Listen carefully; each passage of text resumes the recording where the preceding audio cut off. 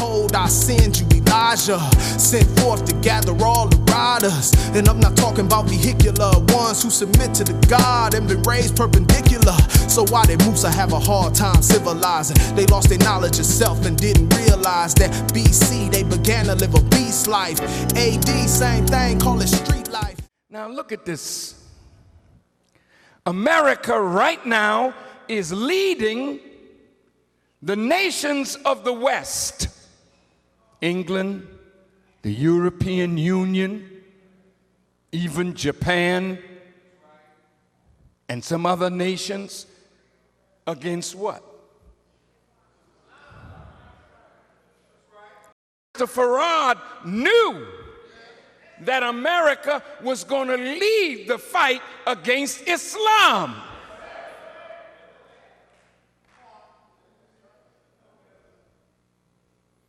Now I'm going to prove it.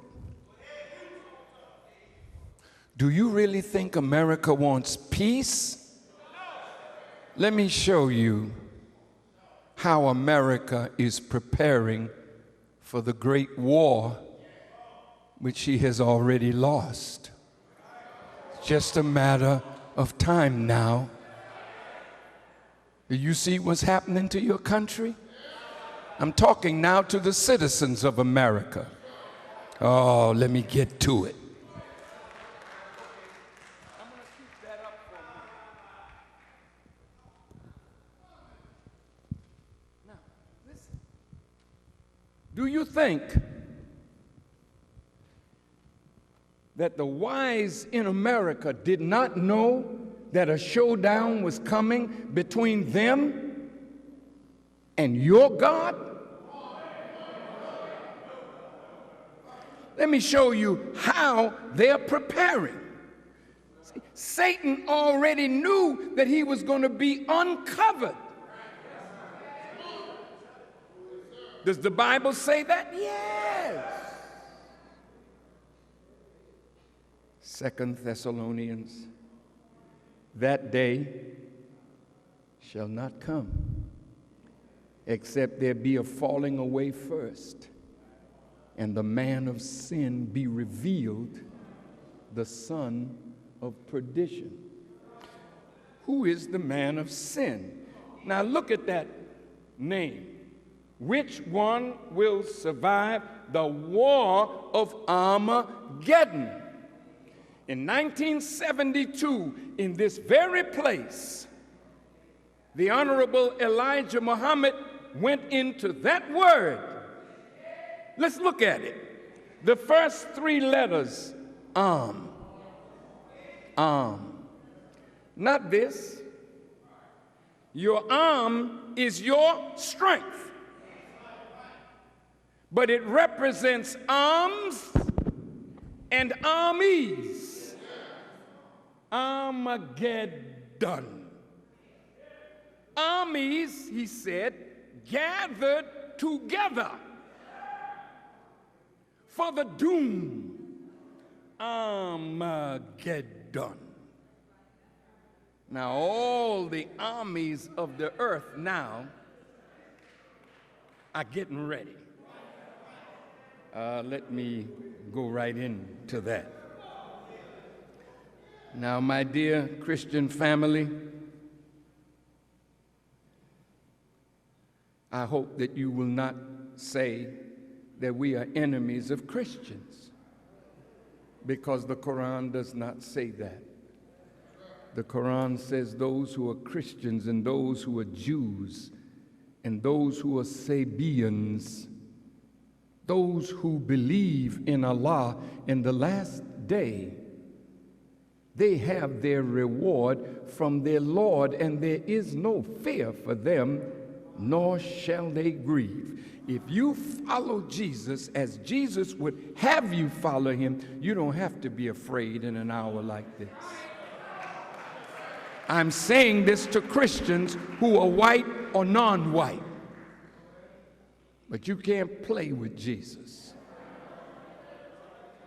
because he's not to come, he's present. And to be very frank about it, I represent him.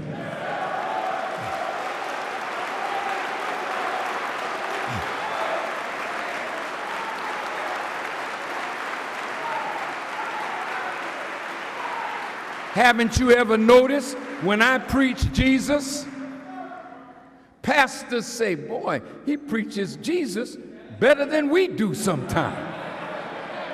How could I preach a man if I don't know a man?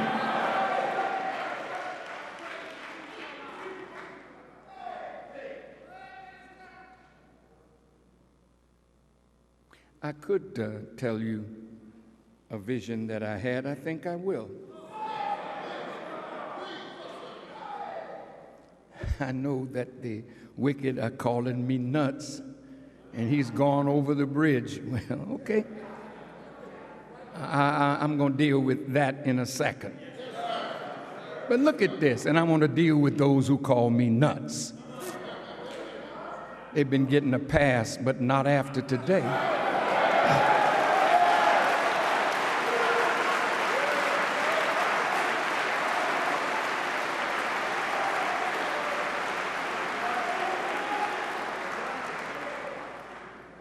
I don't know whether you've ever had an out-of-the-body experience, but in my life as a Muslim, I've had at least 4. And in this out-of-the-body experience, I was taken to Rome. And I had never been to Rome at that time, but I saw the stones of the Vatican and 3 men dressed in robes came down and asked me if I would like to sit down with the Pope. And I said, well, I better call my leader. And I got on the phone and called the Honorable Elijah Muhammad. This is all in a vision. And he told me to go. So I went up, and the Pope took me into an office that was very small. It was evidently off of a main office. It had a wooden table with chairs around it. The Pope sat at one end, and he sat me at the other end, and 2 of his either secretaries or staff were to his left. And he said, quote, I have been listening to your preaching. He said, your preaching is very near correct. And I said in my mind, well, Elijah Muhammad said I made a few mistakes in my preaching, so that's true. He said, listen, that man, talking of Elijah Muhammad, he's more than what you all think. Listen. And he said, he's God Almighty.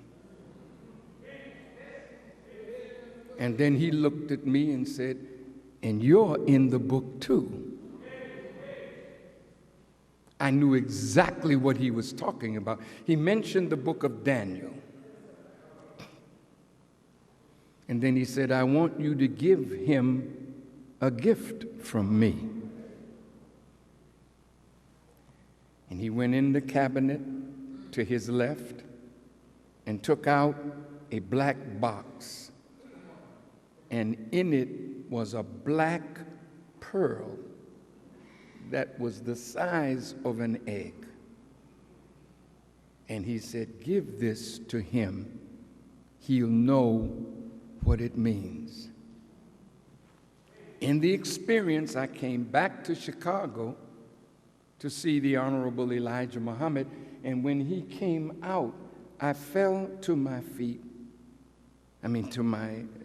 knees and kissed his foot, because here was a man that was my teacher, and now he lifted me to the point where I could sit down and have a conversation with the leader of all Christendom and have that man confirm the identity of the man that I follow.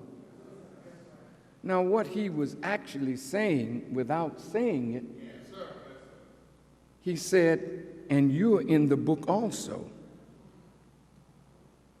Immediately it came to my mind, I know exactly what he's talking about, because the man that he was looking at was the real Father. Listen, listen, listen. The real bridge to Christ is not the man in Rome.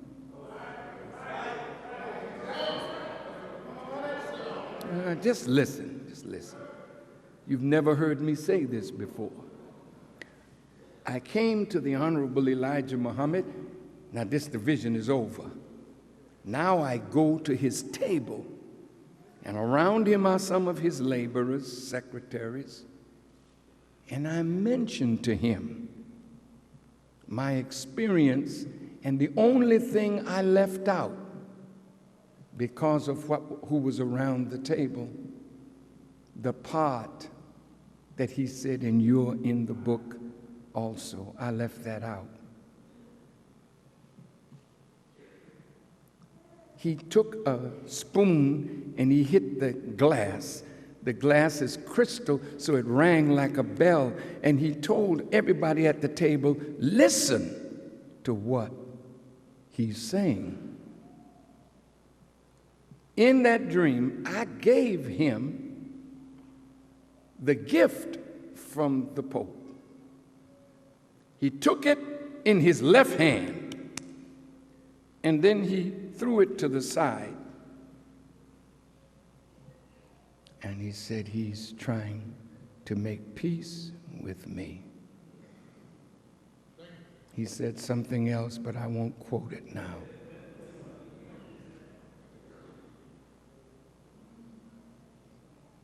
He said, he's offering me his jewels to make peace with me.